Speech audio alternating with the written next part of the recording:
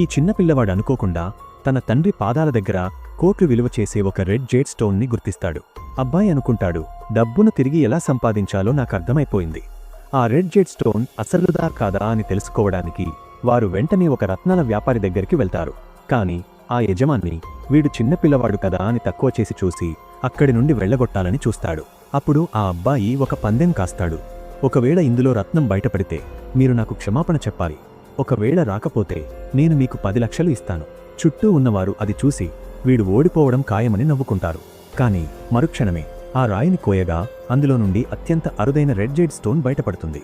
పక్కనే ఉన్న ఒక వ్యక్తి వెంటనే దానికి 200 కోట్లు ఇస్తానని భారీ ధర పలుకుతాడు.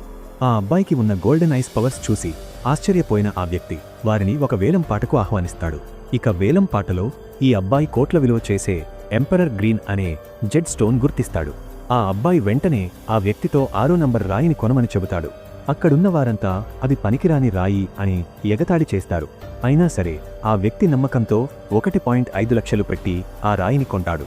అబ్బాయి చెప్పినట్టుగానే అందులో నుండి అద్భుతమైన ఎంపరర్ గ్రీన్ జెడ్ స్టోన్ బయటపడుతుంది. ఇంతలో ఒక లోకల్ గ్యాంగ్స్టర్ అక్కడికి వచ్చి అబ్బాయి ప్రతిభను చూసి ఒక పెద్ద పందెం కాస్తాడు. ఒకవేళ ఈ రాయి విలువ ఎంతో నువ్వు సరిగ్గా చెబితే నీకు 10 కోట్లిస్తాను, లేదంటే ఆ ఎంపరర్ గ్రీన్ నా సొంతమవుతుంది. ఈ అబ్బాయి రాయిని చూసి ఇది కేవలం మామూలు రాయి మాత్రమే, దీని విలువ మహా అయితే 10 లక్షలుంటుంది అని చెప్తాడు.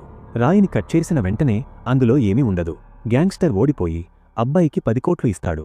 ఈ అబ్బాయి ఆ డబ్బుతో తల్లి ఆపరేషన్ కోసం హాస్పిటల్ ఫీజు కడతాడు. అయితే ఆమె పూర్తిగా కోలుకోవాలంటే 100 ఏళ్ల నాటి అడవి జిన్సెంగ్ కావాలని డాక్టర్లు చెబుతారు.